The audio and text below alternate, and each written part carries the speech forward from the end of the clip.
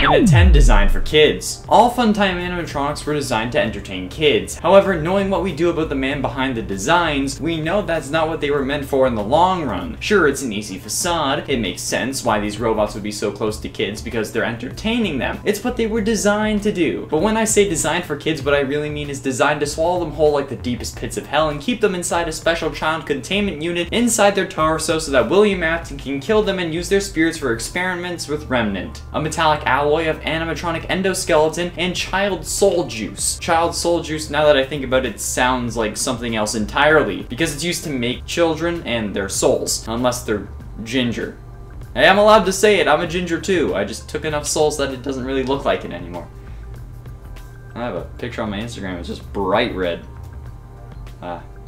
Number 10, Nightmare Freddy and the Freddles. Definitely one of the most frightening animatronics, Nightmare Freddy appears in Fnaf 4. He is dramatically more tattered than any other version of Freddy and seems more muscular or bulky looking.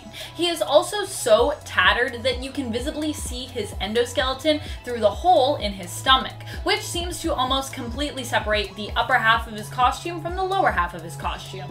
His teeth are razor sharp and he also has pointed claws protruding from his fingertips. This version of Freddy also comes with the little alternate Freddles, which are like mini versions of Nightmare Freddy, who also tend to ride around on or inside Nightmare Freddy's suit. And a 10, Phantom Glamrock Freddy. While Phantom Glamrock Freddy isn't the most terrifying animatronic, obviously, this is only number 10, but it is unsettling to see an animatronic that's supposed to be helping us in the next game at least get turned into a phantom, even before the game has come out. It's crazy. While not horrific, it's still putting me on edge and making me wish I didn't think of these lists. But this is definitely the least scary out of the group. The end gets absolutely bonkers. But Phantom Glamrock Freddy is also actually fairly visually appealing. This is still pretty creepy kind of way, but it's nice to look at creepy. And a 9, Nightmare Funtime Freddy. Here we go, already coming in with the heavy hitters. Nightmare animatronics are usually scary, with their teeth sharper than needles and a silhouette that would make you cower in fear. The Nightmare animatronics were supposed to be scary, especially since they had to compensate for Springtrap. But Nightmare Funtime Freddy is messed up. The character wasn't that scary originally, unless it was moving its face in an ungodly way. But add the purpose of the animatronic on top of that and you can get pretty shaken. But now add the nightmare theme and you are really in for some sweet, sweet night terrors.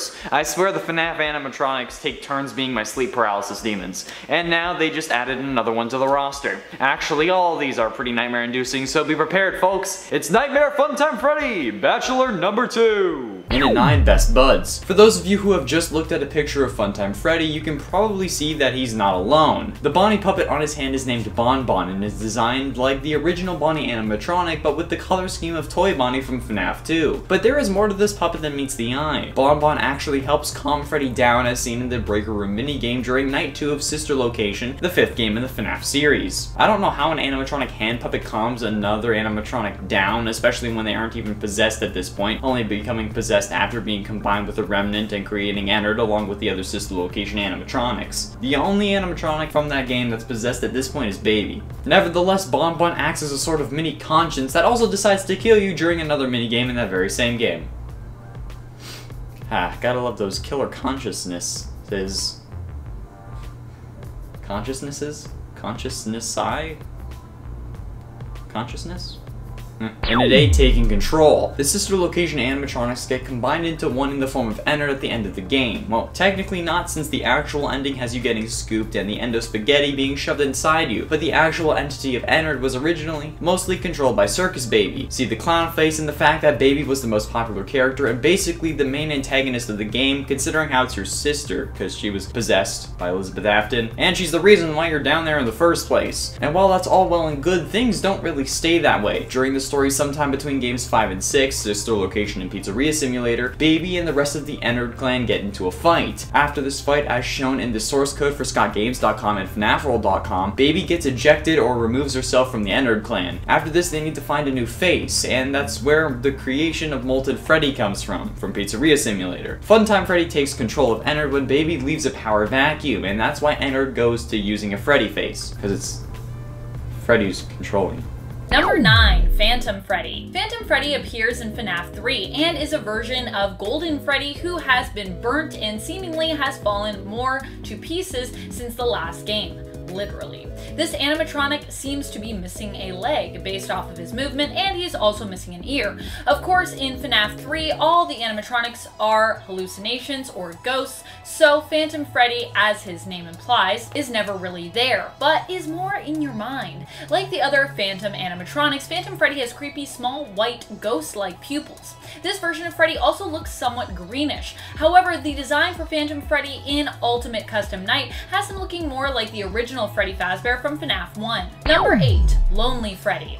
This version of Freddy comes to us from the FNAF book, Fazbear Frights 2, Fetch. Lonely Freddy is similar to the Freddles, but bigger and seems a little less terrifying, at least appearance-wise. He is about the same size as Plushtrap and appears to be an animatronic-like toy. What do you think is more scary, giant animatronics or toy animatronics? I personally feel like toys are scarier because they could just sneak up on you more easily. Ugh. The Lonely Freddy we meet in the story seems to have hypnotic powers that allow him to take the place of those he hypnotizes. This version of Freddy also appears to be covered in fur. The game theorists have actually theorized that Lonely Freddy could be the same kind of animatronic as the seemingly psychic Fredbear plush that we saw in FNAF 4. What do you guys think? Do you guys think that's a good theory? Number 7. Withered Freddy. Withered Freddy also first appeared in FNAF 2. He is a version of Freddy who is replaced by Toy Freddy at Freddy Fazbear's Pizza.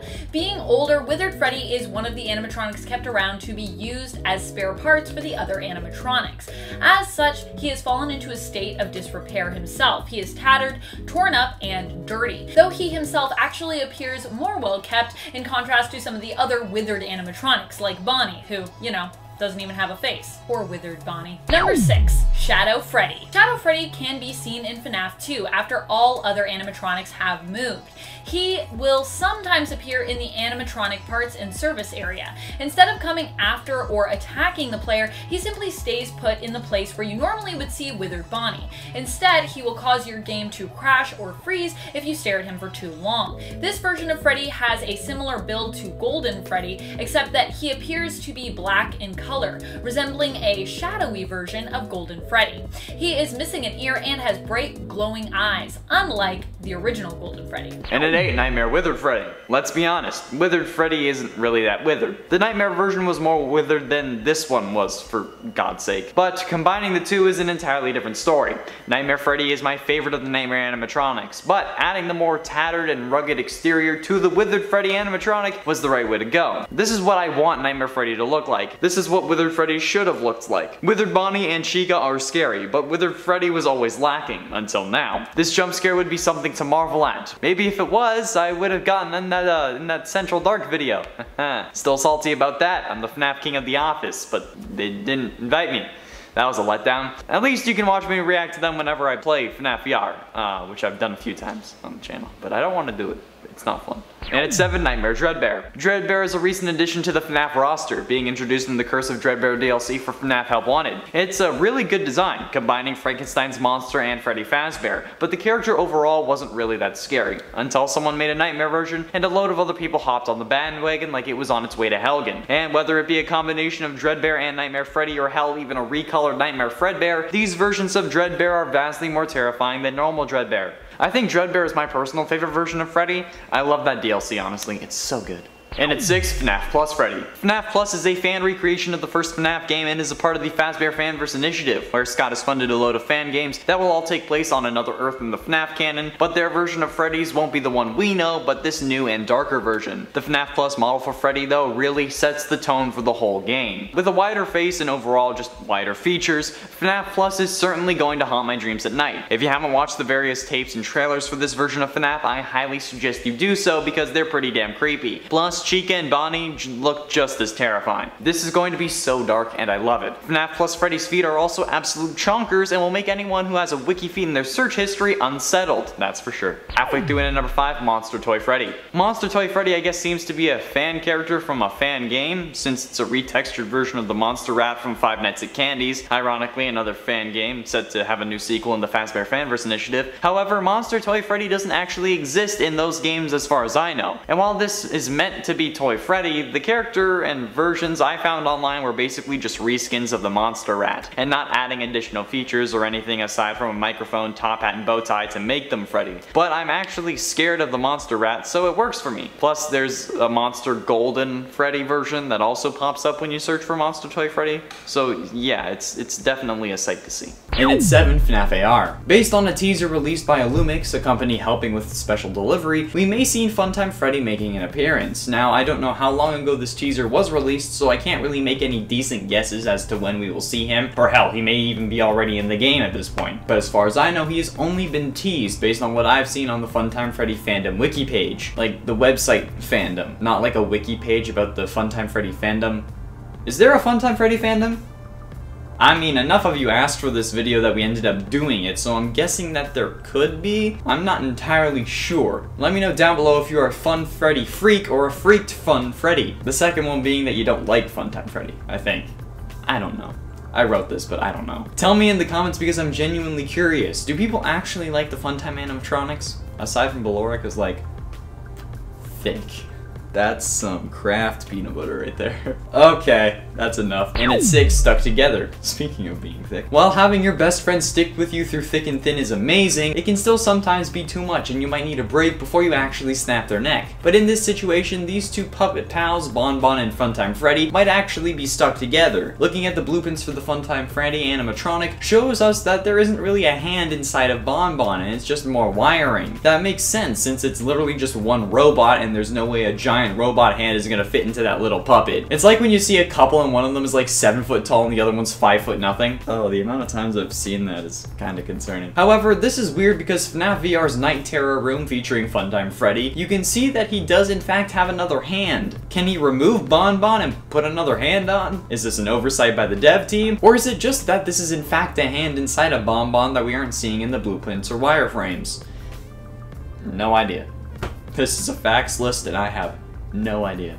You're welcome. Quality content. Halfway through and number 5 was almost German. This was actually first seen in a MatPat video, I believe. At the start of one of his FNAF theories, he showed us a clip from a live stream of his that showed what the voice actor Kellen Goff originally had in mind, which was a German variation of what we hear normally, which is honestly kind of funny, but also weird. I know that everyone has been assuming this takes place in the United States, but what if it actually took place in Germany? Actually, based on everything that happens in the series, it has to be the US. Probably Florida, if I'm being honest. Can you imagine those headlines? Like, Florida man slaughters 15 children while working for Children's Pizzeria, or Florida man dresses like Golden Rabbit in order to kill kids. Honestly, that's probably a thing already, if I'm being honest. I know a bunny man. Oh, he's in my hometown. There was a whole kerfuffle, like someone made a whole bunch of fake police posters about him. I read the article. Man, the things that happened there, man, I'm telling you. Oh.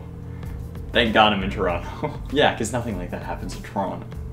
Is this a FNAF list or what? And at 4, Funtime Auditorium. The Funtime Auditorium is a stage room and sister location and is the main setting for the Funtime Foxy Dark Room in FNAF VR. However, this is also the location of Funtime Freddy, who does make an appearance in the dark room with Funtime Foxy, and in sister location there is actually a yellow-eyed endoskeleton named Yendo, who can very rarely take the place of Funtime Foxy. Yendo seems to resemble Funtime Freddy with slightly broader shoulders and nothing other than the wire of the endoskeleton. It's very odd and I don't think he makes an appearance in any of the other games, even in FNAF VR or Ultimate Custom Night. But it's still interesting to think that a variation of Freddy Fazbear has his own variation. Perhaps he was the prototype Funtime Freddy? What do you think the purpose of Yendo is? Is he just another endoskeleton or was he something more? Let me know what you're thinking and your theories down below. Maybe he's the Stitch Wraith. If you guys want like a Stitch Wraith list, let me know. Number 5, Toy Freddy. This version of Freddy first appeared in FNAF 2. He is a redesigned and improved version of the original Freddy. At least, that is what he appears to be. Toy Freddy is the mascot of the refurbished Freddy Fazbear's Pizza. His system allows him to roam during the day as well as the night, like the other animatronics in FNAF 2. Unlike the original Freddy, Toy Freddy is active on night 1 and 2 of FNAF 2. Scott Cawthon has described describe Toy Freddy's personality as being private and reclusive, although in the Fnaf AR game Special Delivery, he appears a little more friendly. Number 4, Golden Freddy. Golden Freddy first appears in the original Fnaf game, although it is tricky to run into him. Not that you'll likely want to do that, because then he'll most likely kill you. In the first Fnaf game, Golden Freddy was actually referred to as Yellow Bear. Unlike other animatronics, Golden Freddy is more sneaky. His approach is not as easily indicated in the game, and if he does show up in the office, the only way to avoid death is by quickly bringing up your surveillance monitor. If the player succeeds in doing this, this will cause Golden Freddy to disappear. Golden Freddy appears to be a deactivated version of Fredbear. That's what he looks like to me anyways. He is missing his eyes, and his hat and bow tie appear to be a dark metallic blue color. Number 3, Yendo. Yendo might initially appear to be the endoskeleton of Funtime Freddy, but it is more likely that he is actually the endoskeleton of another version of Freddy, not yet suited, as Yendo has a right hand, where Funtime Freddy would instead have Bonbon attached. Many believe that the name Yendo, which seems to be a combo of yellow and endo, alludes to him being the endoskeleton of Funtime Fredbear. Yendo plays a small but frightening role in the game Fnaf Sister Location. Number 2, Funtime Freddy. I love all the Funtime animatronics, but I also think that Funtime Freddy might actually be one of the most frightening of all of them. Funtime Freddy is one of the animatronics belonging to the Funtime Auditorium of Circus Baby's Entertainment and Rental from the game FNAF Sister Location. Funtime Freddy has a different color scheme from the Freddy that we see in FNAF 1.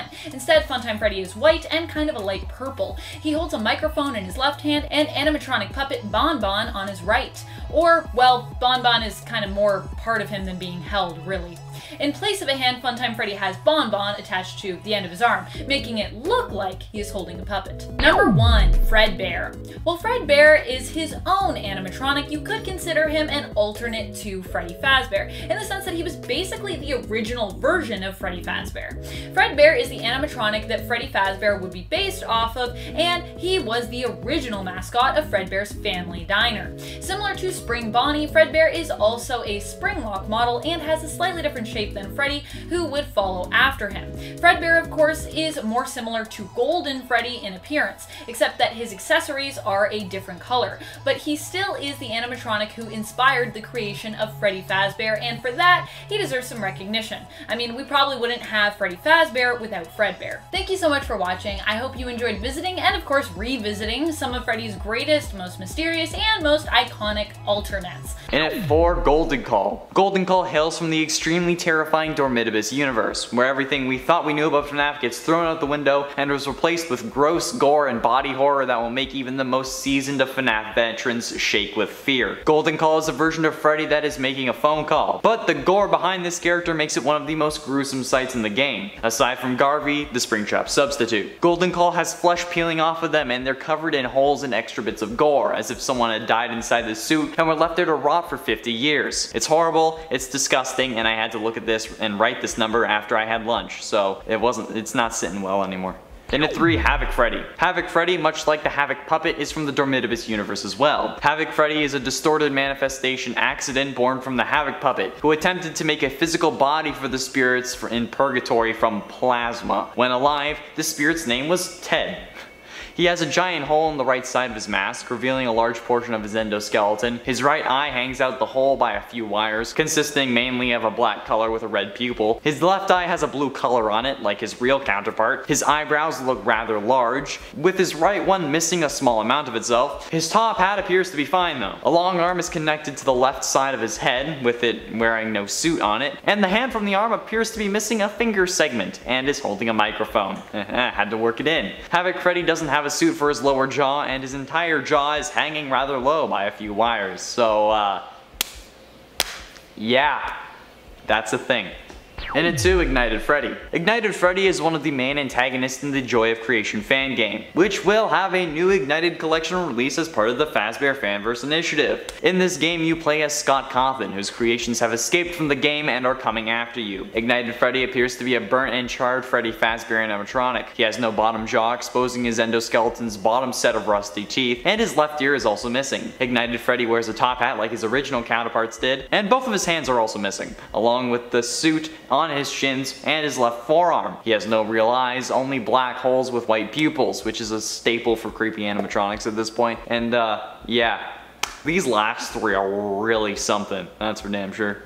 Especially in at number 1, Sinister Freddy. Sinister Freddy, while being the thumbnail of this video, was also intended on releasing with the cancelled Sinister Turmoil fan game. Instead of the full game, however, we got Sinister Turmoil Sewers, which was a small section of what would have been the full game, featuring Sinister Mangle as the main antagonist. Sinister Freddy, though, is a brown animatronic bear with a lighter shade of brown on his stomach, snout, and inside of his ears. You knew that. He appears to have damage in his suit, small but sharp teeth, and no eyes. His whole suit appears to be severely withered, having large rips and tears on several pieces of his body. Sinister Freddy also sports large needle-like weapons on his wrists. It's like the hidden blade from Assassin's Creed. He also appears to have small geometrically shaped nails or claws, and a mouth with sharp but small teeth under his body that can be seen if one takes a look closely. But don't get too close. I don't like it, okay? It's absolutely terrifying and deserved to be number 1, even taking over the Dermidibus animatronics. But those are also just like an easy number 1. Like,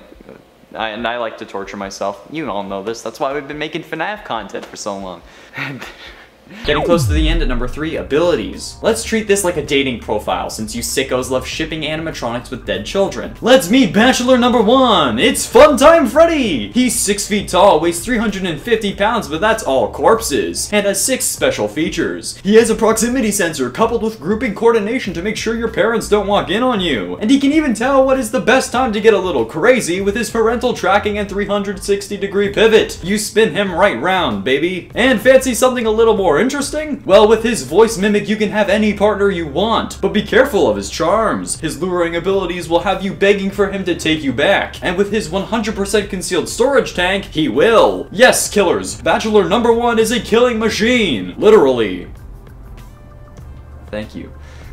And a 2, impractical design. I know that he's a robot from a fictional game series that might even be fictional in the game world, but come on! You have to admit that they could have been designed more practically. When we see these animatronics without their faces, or hell, even without any of their shell, there's just too much material. We've seen Endo, and we've seen Yendo. Endo is a normal animatronic endoskeleton. It would be what Chuck E. Cheese robots use, or hell, it's even what Trigger Me Elmo uses. But Yendo is just clunky and huge. He has too much metal for those things to make sense. It's a waste of material and money that no company would approve of. Even if you are using them to kill kids, there is no need to add flesh to your robots. Just have the tank be hidden by the shell. And there is literally no need for the face to come apart like that, aside from it making the game scarier. You don't want kids to be afraid of these if you're trying to lure them in, okay? That makes no sense and it's incredibly impractical.